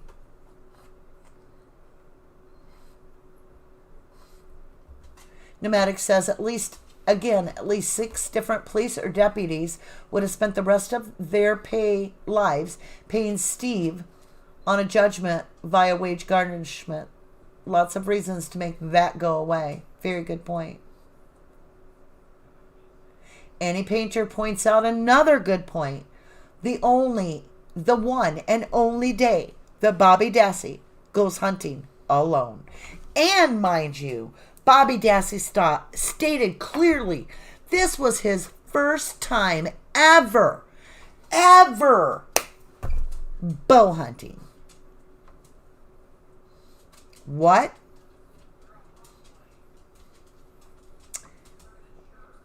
Jeremy Le Haberty says older pic of Scott is not the best quality, but I pulled it from his Facebook. At least shows he can grow a full beard. Okay? Very good point. Jeremy Le Haberty agrees with my Scott being a plant. I absolutely feel that. I feel that they went in there, they investigated that home, they learned the inner workings of it in 2004 with the vehicle. They then planted Scott purposely and arranged everything as the mole inside. That way he knew they had the complete report of how everybody was feeling. I mean, Scott's the go-between. You know, he's the go-between. He's coming back, he's saying this, he's going doing this, he's going doing this. And then, as he's the one doing all this, why is he doing this? Because he has a criminal record this long. He has things on there where he hurt children, charges for hurting children, charges for hurting people. He's got a criminal record this long that goes bye-bye. Is it very possible that it could actually be the entire thing was set up from the get-go? Because, you know, think about it. Sherry Culhane. Yeah. Oh, you do. Oh, I'm just supposed to find the results for Steve Avery? And, yeah, I know. He didn't do the crime. Yeah, I'll hold it for a year for you. Yeah, I just won't answer my email. Not a problem. See you later, PDP. Right? A year? And it's one email. She emailed it. He was out that day.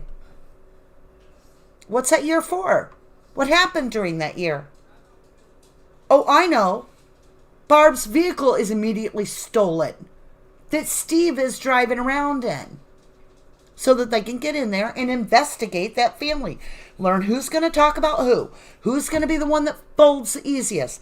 What ones are the sitting ducks? Who can you get under the thumb? Who can you get under your thumb? Right? All right, we got that figured out. I know. Let's put Scott Tadich in that home. Whatever we got on that boy, we'll put him in that home. We'll make him work it. In the end, he'll be screaming, "You son of a bitch, you ruined my life!" And nobody will know why.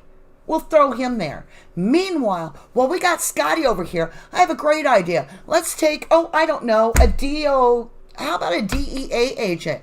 And we'll call her Kathy, and we'll throw over here at this, auto trader place, and she can run the route and learn it real good as a DEA agent. And then we'll hand it off to this little girl, Teresa Halbach, as Kratz put little girl in there. Sounds like a setup to me. Angela Schuster is the one that said that she was a DEA agent working for Auto Trader. An $8 an hour job. Our state is paying our DEA agents, our DE agents, drug enforcement agents, so little that they're going to make more at Subway or Auto Trader? I don't think so. Well, isn't it funny? Steve Avery's right on that route. Wow. Please, people. We know the truth. The whole Scott and Bobby fits the most. Remember, let's go back, you guys. Tonight, tomorrow, go back, watch my video. I'm going to go see what it's called right now. It details how Teresa's pings come at certain points according to Zellner. It puts Bobby leaving right behind her and turning the opposite way, whipping around by Fisherville, right? On Fisherville Road. Here comes Teresa going towards Larrabee. Where's Bobby pinging? Right here as they meet together. They come together because Bobby's looping this way. She's looping this way. Where's that last ping? Within what? A mile of Colburn's home? Can't make this up. Yeah, Annie Paintner says A23 isn't as much of a mystery anymore, is it? Unless it could be our mystery bearded guy. Oh, I'm sorry, CRP. You're correct. Hustle shots were $20 plus. So that, no. Come on. We know the deal. We've got a guy suing this county at the time. And Peg Lautenschlager is the one that was told. She went and told Steve. She was the attorney general at the time for the state of Wisconsin. And Peggy told Steve, no. We didn't know anything. We didn't know anything at all. Nobody knew anything until this new DNA testing. Nobody did you wrong on purpose. Nobody did you wrong. We're not going to pay you any more than we ever were. And it made her look like an ass when it came out in her file because the Innocent Project had found it. They had found the note with Gregory Allen's name in Stephen Avery's file. They had found out all about the Brown County call. They found out that indeed Manitowoc County, not only did Colburn know, but all the way up to the top, to the sheriff, knew they had the wrong guy. 9 extra years were served. 9 years of a life were served then for that. Made Peggy look bad. Made her look like she spoke out of turn. And now look at the state still trying to fix the state's mistake. I don't get it.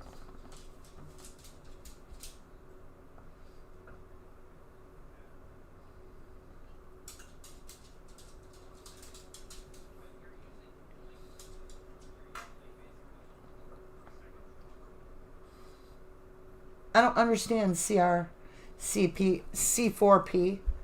It says push the state's narrative hard the whole time and even did the debunking a murderer podcasts full of straight disinfo. I'll share it, love. I don't know what that means. Debunking. Okay.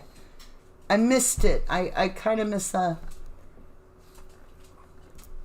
Are you serious, John? SPOCA, DEA, is a federal job? Well, then, who was it? What was Kathy Williford if she wasn't DEA? I thought Angela Schuster said she was DEA. Am I wrong? Somebody check, because I could be wrong. I mean, I'm human too.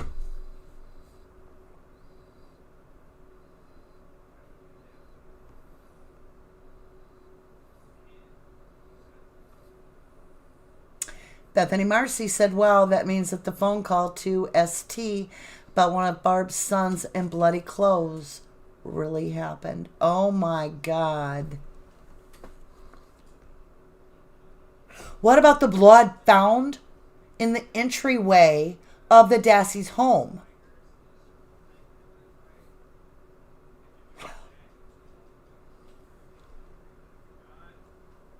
Wow, there's so much to this that's coming to my mind. Kat Traber says $36 million lawsuit. They needed that to go away. Bethany Marcy says, but you have to remember Earl and Robert Fabian were also asking about TH and her whereabouts too.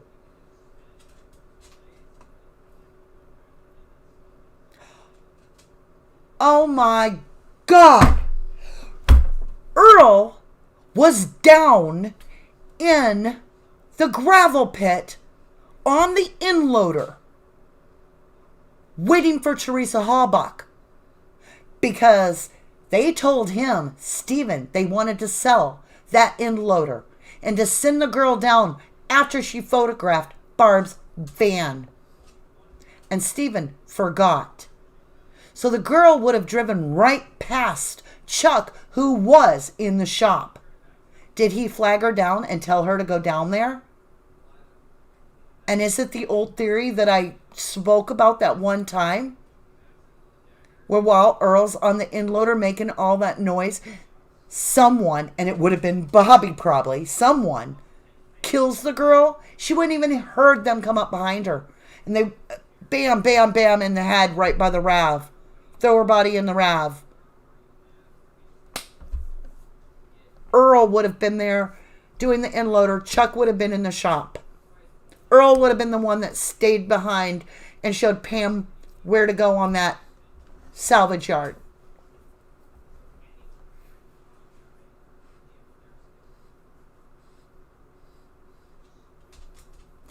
Okay.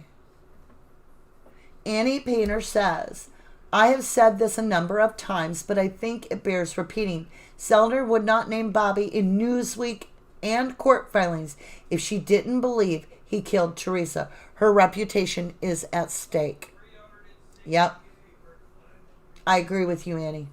Kat Triber says, and now the state owes Stephen a debt they can never repay. Lost time with his mother, he will never get back.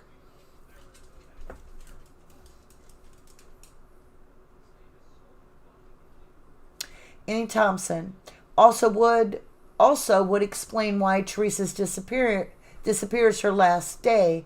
She was quitting.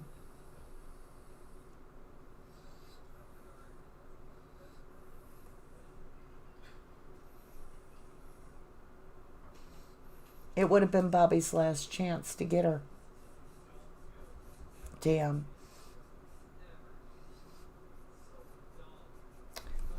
Deanna Knight said, the garage they washed out Bobby's roadkill deer.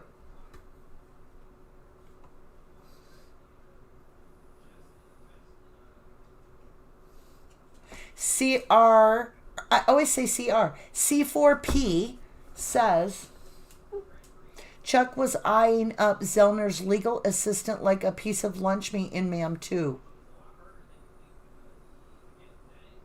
Annie said, RD, that's the exact theory I put on TTM. Good for you, Annie. I didn't mean to take it if I did. I've said that many times in the past, too. I think we all have brought up every idea we can come up with, you know. It's just a huge collective understanding that we know for a fact now we're getting somewhere. We know Bobby had to do with this cover-up. 100%.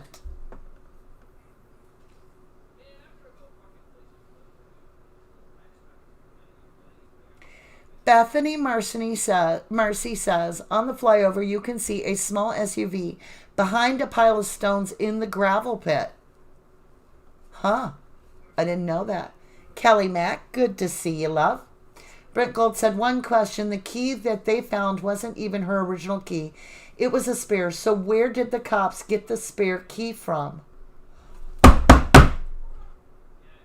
Scott Tadich could have been the one in the waders that the hunters saw throwing something like a key. Maybe he was doing something. He was down by the water right at the 147 turnabout, very near where the rab was found, in waders down by that water. And those hunters, those turkey hunters, reported that this man in these waders had a green Ford truck. Now, Blaine Dassey reported, who is the younger brother of Brendan and Bobby and the rest, he reported seeing Bobby driving a green Ford truck.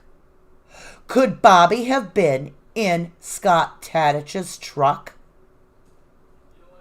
Because if he was, then he drove that truck most likely down there and threw the keys, waited in that water. Or was he looking for keys? Makes you wonder, though.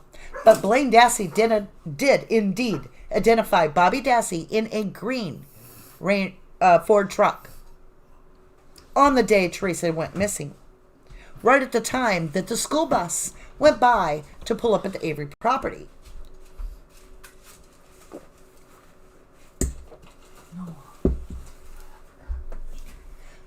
Myra Pennington says, Brent Gold, I think I know the answer to that. They both had blue lanyards. Just switch out the end piece. Good thinking, lovely. Bethany Marcy said, Earl knew she was coming around 2 to 2:30 and waiting till after 4:30 to ask Stephen about her. Sandra McKee says, smash the like button. 75 here. Yes, please. Being we are not a monetized channel, it does keep us to where I wasn't sure how long YouTube's going to keep it if it doesn't have activity. But I don't want to come on here unless I have something to talk about with you guys, you know. But yes, please hit that like button. Have you seen my white charger? No, sweetheart. Yes, it was plugged in over there. I don't know where I put your charger. Oh, I need it right now. I don't have it right now. I wound it up and I think I put it in that basket in the wall.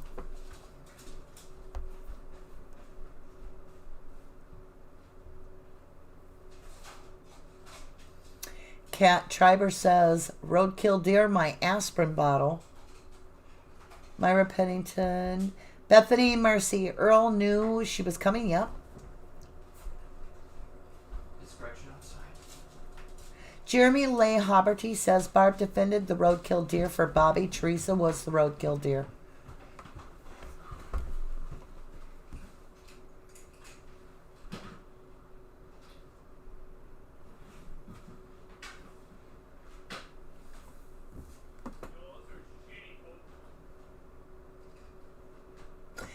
Did Teresa go down to the gravel pit to photograph the inloader? Because Stephen talked about that inloader right to the news people. Instantly. They asked him, why did you call at 4:46 or whatever the time was that night? And he said, well, I started to call her about that end loader because my brothers wanted her to go down there and take a picture of it in the gravel pit. And I forgot to tell her. But I just gave up. I figured it was too late for her to come back. She'd gone too far. Right away, he tells that to the news before he even is investigated.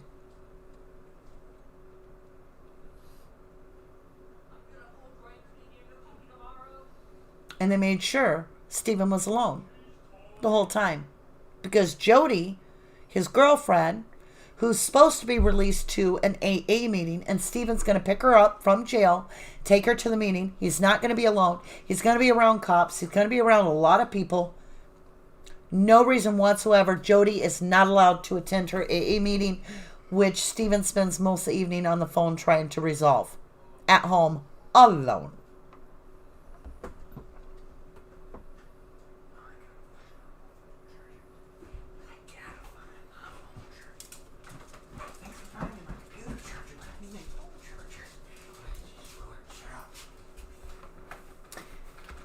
Jeremy says, I think it was the part of Teresa's corpse they couldn't burn out of the way through were hiding. The hunter theory of the hunters on waiters always stood funny with me.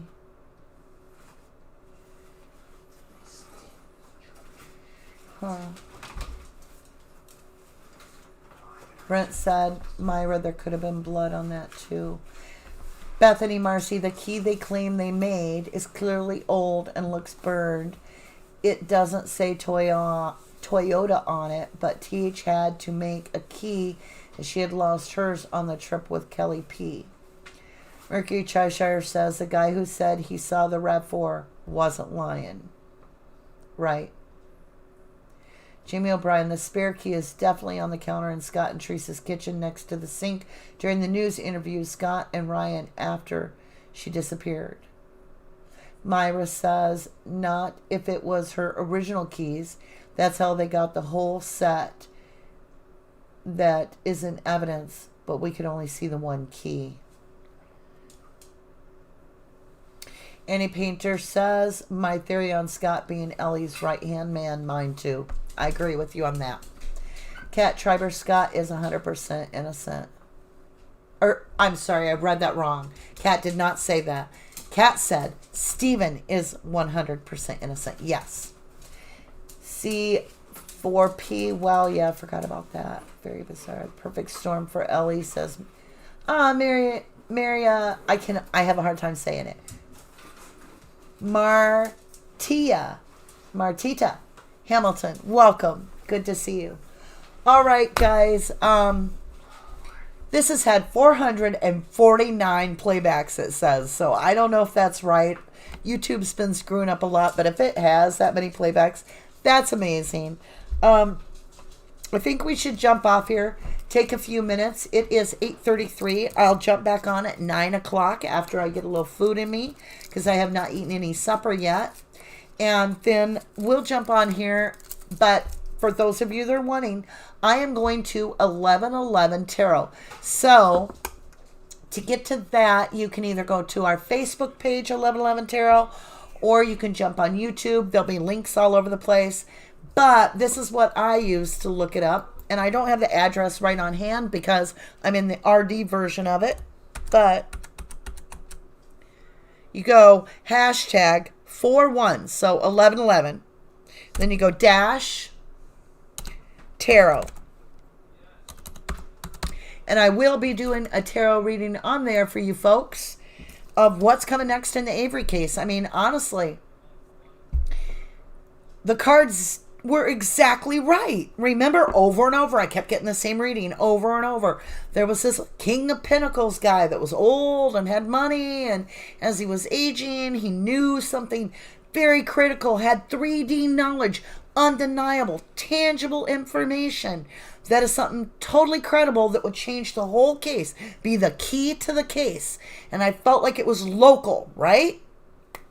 Ba-boom. Here we go. Remember, the cards predicted there was behind-the-scenes meeting And and that these behind the scenes meetings were all about this case, and that they were big wigs meeting.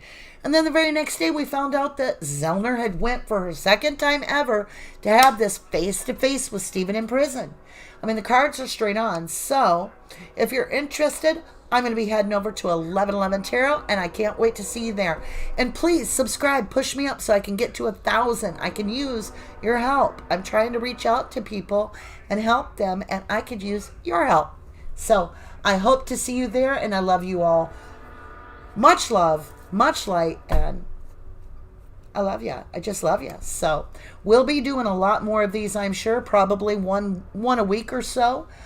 Just as people want to come on and discuss. Maybe I should just turn it over and we start having guests on that want to talk about it. So whatever you guys want to do, you let me know. Hey, Sheila Smokey. Good to see you, lovely. Thank you, Mercury. She did it. All right. I will see you guys on the other channel if you're interested. And if this is where you leave me, I love you to the moon and back. Much love, guys. Thank you.